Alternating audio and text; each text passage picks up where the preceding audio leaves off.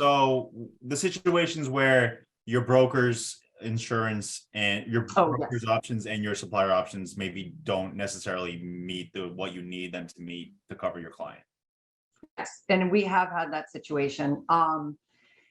People will cancel for a reason that just isn't covered. I've had people that have taken out insurance and then, like you said, I do a lot of destination weddings.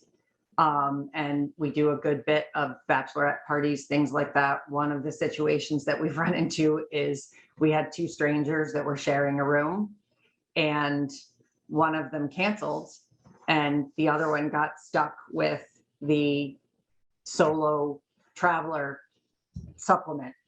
So they ended up paying 50% more for their trip because the other person canceled. Well, they had never met each other before the trip. And this is when we found out that a lot of insurances don't cover that, even if they have insurance. So make sure that if you're booking that type of trip, that they have that type of coverage built into that insurance policy, because it really does matter. She was not a happy camper. So we have made sure since then that whatever policy we're booking for those people when you're in a room with a stranger, that it does cover that single supplement that gets charged if it's canceled.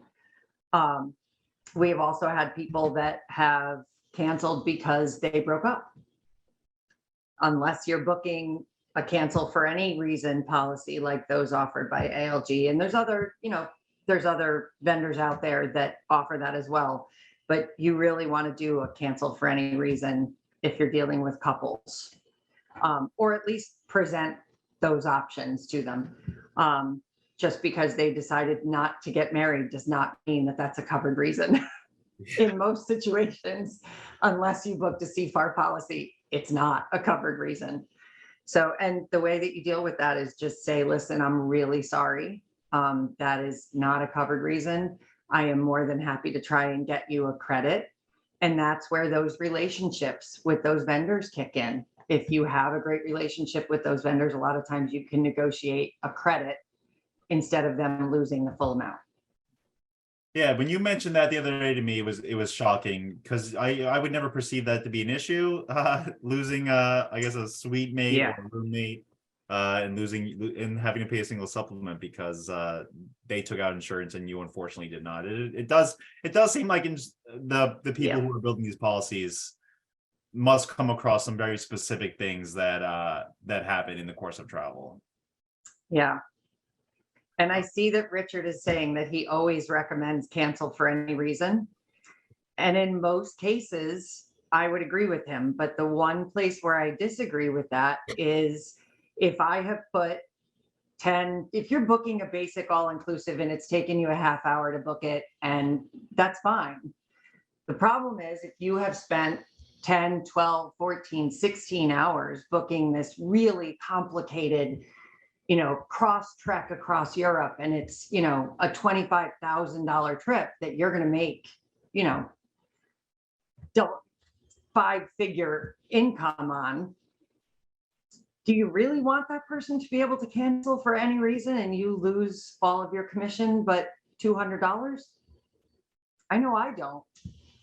So we do charge planning fees and we make a little bit of money on that, but do you really want your income to go from almost $3,000 down to $500?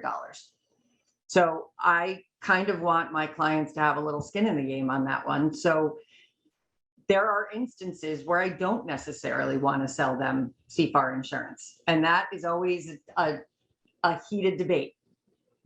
Yeah.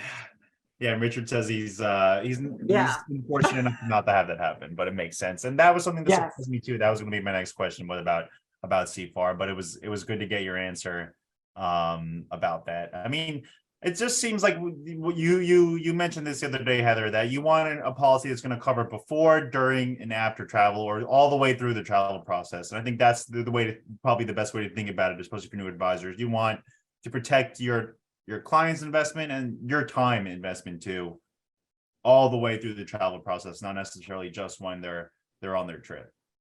Yes, you definitely want to look, and I hate to always say you want to, it's everything is customized and individual, but it is.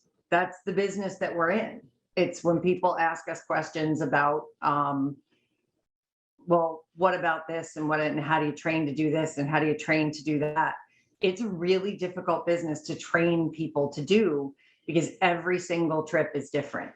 So every single client is different. Their wish list is different. Their adventure is different. So every single insurance need is going to be a little bit different. So like I said, if it's a basic all-inclusive trip, or even if it's a 2 or 3 stop trip is different. So that's going to be a different need for the insurance as well.